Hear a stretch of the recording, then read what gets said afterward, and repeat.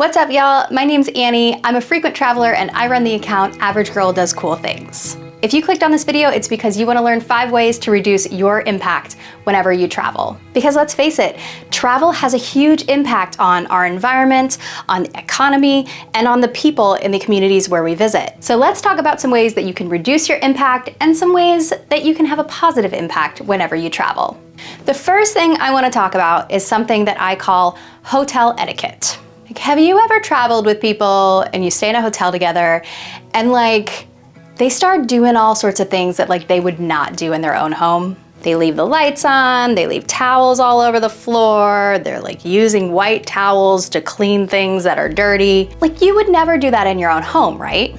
One of the most basic things that you can do whenever you travel is to maintain the same etiquette that you would have in your house, in your hotel. So that means not leaving the water running whenever you're brushing your teeth, turning off the lights and adjusting the temperature whenever you leave the room, and not using white towels to remove your makeup. This one drives me crazy because when you use a white towel to remove your makeup, you stain the towel and then the hotel has to throw it out, which is so wasteful. One thing I always like to pack in my travel bag are these makeup eraser wipes, which do an amazing job of removing makeup, and they are machine washable, so I just take them home, wash them, and they're ready to reuse. I think that some people can get into this mentality of I'm paying for it, so I should be able to do it. And I just find that mentality kind of self-serving. If you wouldn't do it in your home, why are you doing it in a hotel? Because all you're really doing is jacking up the costs of the hotel, which increases the prices for all of us. Not to mention the waste of wasting water, wasting electricity, wasting those white towels. So I think it's just important to be mindful when you stay in a hotel of those little things that you wouldn't do at your own house. Thing number 2 is to look for ecotourism opportunities. Ecotourism itself has become a massive industry,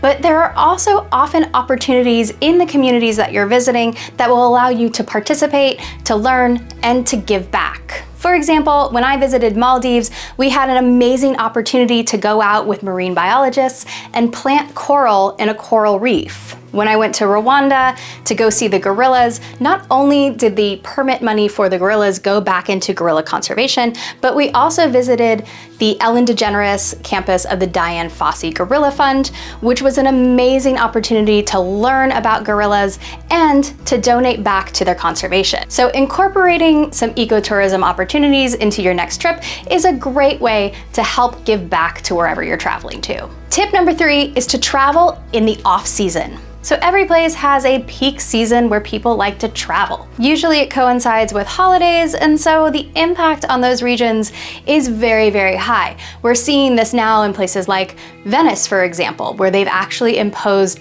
a fee for people who are coming into the city to try and reduce the traffic. So one of the ways that you can help to reduce your own impact is to travel to places during the off-season. First of all, this helps to reduce the actual physical impact on places and the impact on the infrastructure, but also it helps to spread out the tourism dollars throughout the year when operators could really use the money.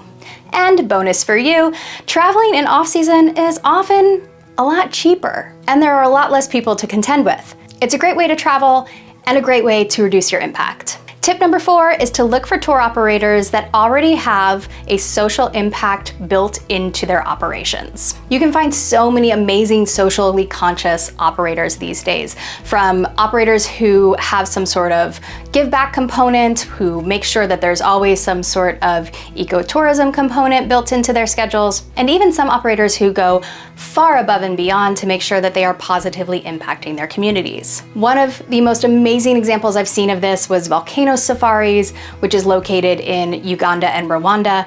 At their lodge in Uganda, they met a tribe of people who had been displaced by the Ugandan government because of guerrilla tourism. And so the owners of the lodge actually purchased land for this tribe to settle, and now they have a community of people who live near the lodge, who not only are supported by the lodge, but also have economic opportunities because of the ecotourism that happens there. It's really become an incredible example of how tourism can support a local population and provide improved opportunities. In Maldives, we also had an opportunity to tour their own eco facilities, including their waste processing facility, and to see everything that they're doing to be a sustainable resort.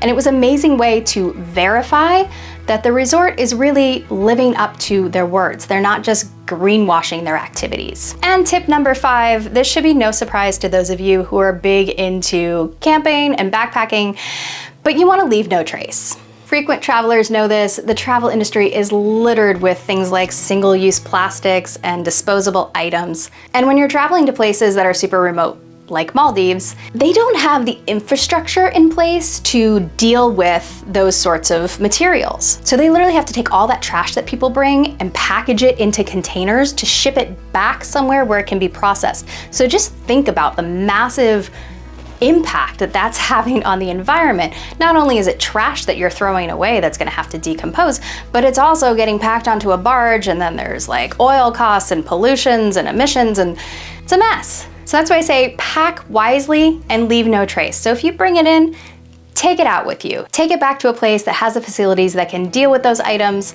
or don't bring them or purchase them in the first place. Do whatever you can to be conscious in whatever you're purchasing to make your travel more convenient. I hope this video was helpful and that it helps you to think a little differently about the impact that you have whenever you travel somewhere. I'll leave links below in the description to some of the operators that I like to use and trust. Until next time, go create a life you love.